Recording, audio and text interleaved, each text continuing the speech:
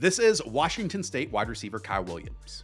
He had the most 20-plus mile-an-hour plays of any player we're going to talk about on this channel during this draft cycle. That is a fact, and when you watch the tape, you absolutely feel it. The explosiveness, to me, was shocking. You see in the screen department, he got 18 screens.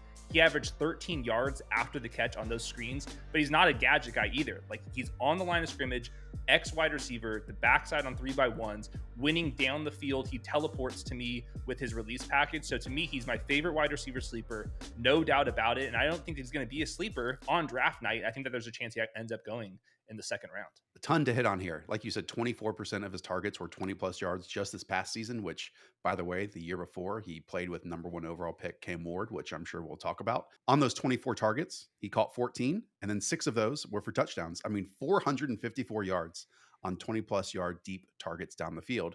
Now, he does this in a really small frame. At 5'11", 190, he was legitimately the Cougars' ex wide receiver. Mm-hmm. And again, I want to reiterate, he's small in comparison to other wide receivers that line up there. 20th percentile height, 24th percentile weight, 19th percentile arm length, 14th percentile wingspan, 8th percentile hand size. But when you factor that in, compartmentalize it, and then look at how much press coverage he faced and how fluid he was on his releases to win inside or outside. Yes, he might be small frame-wise, but he is super difficult to get a hand on and keep a hand on down the field. Yeah, saw the exact same thing. I call it the alpha route. It's 3x1 sets. You're on the back side of it and you're facing press man coverage and you run the slant. And there's like 10 of those catches that he made. Like, that's like the alpha route. And he's, despite his size, was excellent on that. So to me, he's got the explosiveness to manufacture touches for, but he just wins by himself. And it's really impressive how quickly he can stack these corners and press man coverage on these go balls. And like, that was, to me, was his best route, just the go ball. But that's also the most important route you're going to run in terms of explosive. So yeah, the fact that he's an X receiver with this build is the fascinating part. And to me, that's why I think he's going to go much earlier, even though he has the same size profile. And because he was so good in the screen department, there's a lot of guys that like 3rd round picks, 4th round picks that are like the manufactured touch guys. Like, I don't know, man, like the comps I'm seeing for him based off of his tape are like a tier or 2 above that. So I really do think that he can win on the outside. And there's plenty of guys with that frame that can do that in the NFL. We'll definitely get to comparisons to close out this video. And by the way, if you're new around here, hit that subscribe button, leave a thumbs up. There are some underlying metrics that I get them in some ways, but didn't see them as consistently as they popped up on the stat sheet. Like, he had 24 missed tackles as a runner this year, including scoring 3 touchdowns on screens. Some of those highlight reel plays are exceptional, but then I also think because of his size, naturally, when he met a squared up defender, he would just go down quite easily. Mm-hmm. And then he also had somehow a 62.5% contested catch rate this season. Now, I definitely get it on the bucket throws down the field, because you all hear this term late hands all the time. He is the definition of that, of not telling a cornerback who's in trail technique when the football is arriving in his area, and he just plucks it from them. There were a couple other high point things. But again, I think because, to me, his just natural frame, that's not something that's going to improve here. It is more likely and easier for a cornerback to reach in and knock away a pass than it is with some of the bigger body X's that we do talk about. Yeah, definitely. So like, you're not going to be throwing him back shoulder fades. Like, he has to win with separation.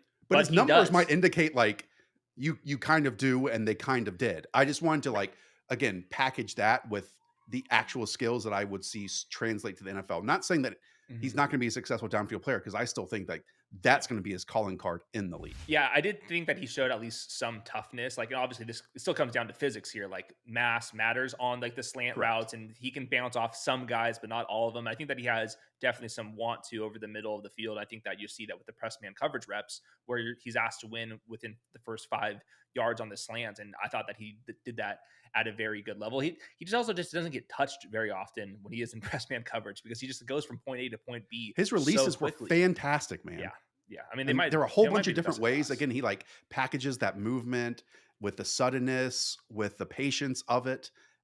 I did think he was a bit more of a finesse player, but at the same time, if he had a better quarterback, I felt in 2024, then a lot of his vertical targets where he created that separation and sustained it would not have turned into those 50-50 situations. Right. But that quarterback put so much loft on the football that he kind of had to work back to it. And again, some of the catches weren't catches because of it. Yeah, I did go back to 2023 after watching the 2024 film, and I was very impressed. And I was like, "Oh shit, Cam Ward was his quarterback the year before. Let me go watch those." Like against Oregon, against Washington, press man coverage, big crossing routes, go balls against like very difficult competition, and those two guys were converting. So like the numbers are strong. They're not crazy good. He's been in college forever. At the end of the day, he was a UNLV to Washington State transfer. That's not like Hall of Fame trajectory here, but I do think like the tape is really damn good. Like Yep. I don't see that much of a difference between some of the guys, the speed based guys that are mocked into round one. Like I really do not see the traits that would tell me that this guy's this much better than another guy. And I do think that I think he was what, a 4.42 guy. I think he plays faster than that on tape. And I talked about at the beginning of the show, like he had a ton of 20 plus mile an hour plays down the field. And I thought that his game speed was better than some guys that run the 4.2s.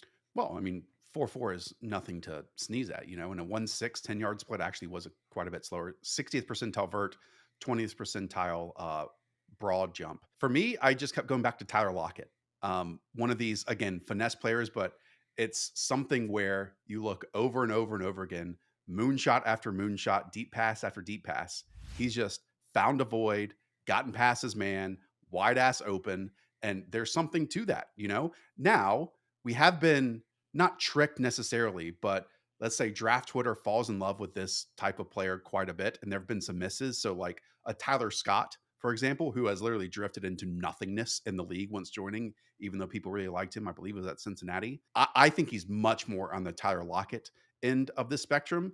And I wouldn't be surprised at all, again, despite being 23 years old come November, despite being his fifth year and all this type of stuff, if we get a round 2, 3 turn player here. Yeah, I'm really hoping it's round two because I'm taking the bait. I think his film is that good, and I think that his production is actually decent as well. Beside the fact that he is just an older player playing at a school that's not very good, but he lived up against the best competition. So I think the big difference between like some of these guys that get a little bit overhyped is like flankers are being used in motion, and like he's the slot Fair. guy, and I just saw too many reps where like you're just the backside 3x1 guy and you're just dominating against press man coverage. Like that's the hardest, most difficult position, Yep. and he kept winning. And on top of that, I think he ran a mean out route in a lot of instances too. That kind of made me think of Tank Dell on some of those That was plays. one of my players in my comps. Yep. Yeah. So, okay, who are the other comparisons here? Brandon Cooks. Now, Brandon Cooks was like a 20-year-old early declare and had a million yards at Oregon State, but he played like legit outside receiver. He was really tiny and he won with speed and his ball tracking was fantastic.